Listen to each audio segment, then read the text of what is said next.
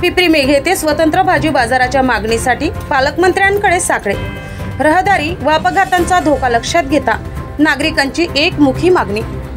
वर्धा शहरालगत असलेल्या सर्वात मोठ्या ग्रामपंचायतींपैकी एक असलेल्या पिपरी मेघे येथे स्वतंत्र भाजी बाजारासाठी शासकीय जागा उपलब्ध करून देण्यात यावी अशी जोरदार मागणी करण्यात आलेली आहे।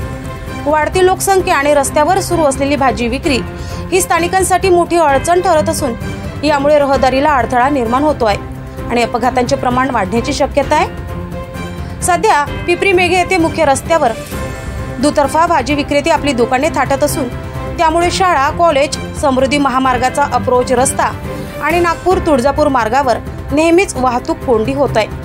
अशा परिस्थितीत नागरिकांना भाजी खरेदी करताना जीवाचा धोका पत्करावा लागत आहे।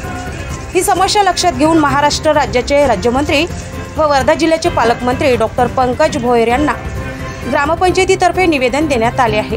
या निवेदनाद्वारे पिपरी मेघे येथे स्वतंत्र भाजी बाजारासाठी शासकीय जागा उपलब्ध करून देण्यात यावी अशी मागणी करण्यात आलेली आहे। यावेळी माजी सरपंच वैशाली गौळकर व सदस्य अजय गौळकर, उपसरपंच गजानन मानखडे, माजी पंचायत समिती सदस्य प्रफुल्ल मोरे यांच्यासह ग्रामपंचायत सदस्य तसेच परिसरातील अनेक मान्यवर, ग्रामस्थ व युवक मोठ्या संख्येने उपस्थित होते।